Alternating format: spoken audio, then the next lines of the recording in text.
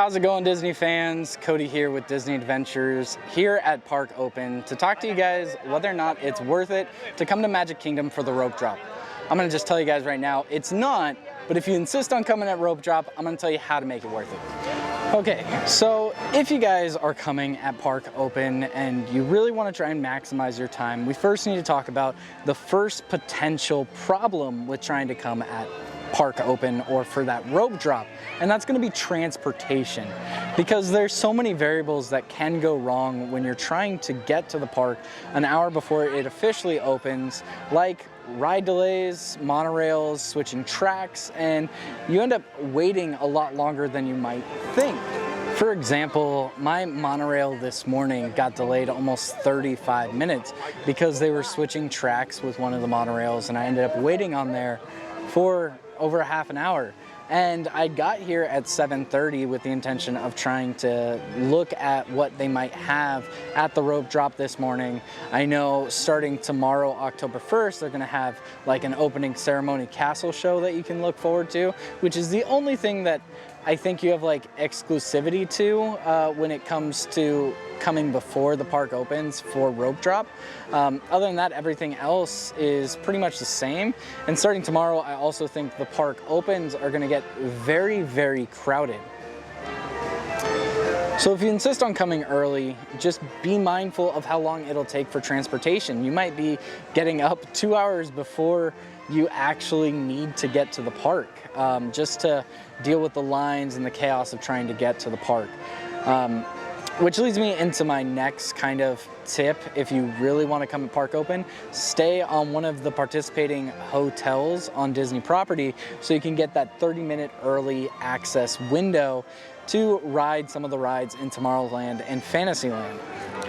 Now, you pretty much have access to all the rides in Tomorrowland and Fantasyland, but the ones that you're gonna try to hit up if you have that 30 minutes early access is Space Mountain and Seven Dwarfs Mine Train.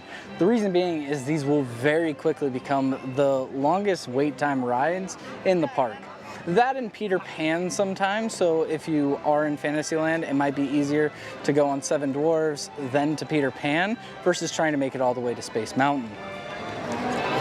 Now, obviously, this just varies from day to day, but if you have that early access, those are going to be the rides that I'd say prioritize.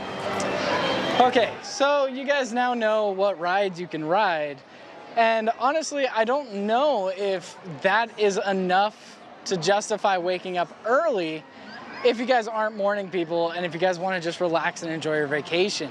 You might get to ride 1 or 2 rides as an advantage, which can be highly beneficial, and that saves up a lot of time to potentially check out shows or other things that they have. So it's kind of up to you guys to decide that, but if you guys are arriving early and you do intend to try and ride the rides, I hope you guys are staying on Disney property or one of their hotels so that you can get that 30-minute head start. But I do want to point out, even if you guys are staying on Disney property, that 30 minutes early access doesn't apply to Liberty Square, Adventureland, Frontierland. So unless you guys are dying to ride the rides at Tomorrowland before everyone else in Fantasyland, there's really no advantage to it. Especially if you think about everything that could go wrong trying to make it to that 30-minute early window. Well, I hope you guys liked this video. If you guys did, consider giving it a thumbs up. If you guys want to see more content like this, consider hitting that subscribe button. Also, you can win that 50th anniversary Loungefly bag if you subscribe soon enough. We're giving that away at the end of October. That's it for this video. We'll see you guys in the next one. But does this look a little thicker, or is it? Yeah, it looks wider. Yeah, it looks thicker than the typical Loungefly backpack, actually. Did they add a third compartment? Yeah, they did. Oh my God, look at that. And this starts at $75. Oh my God.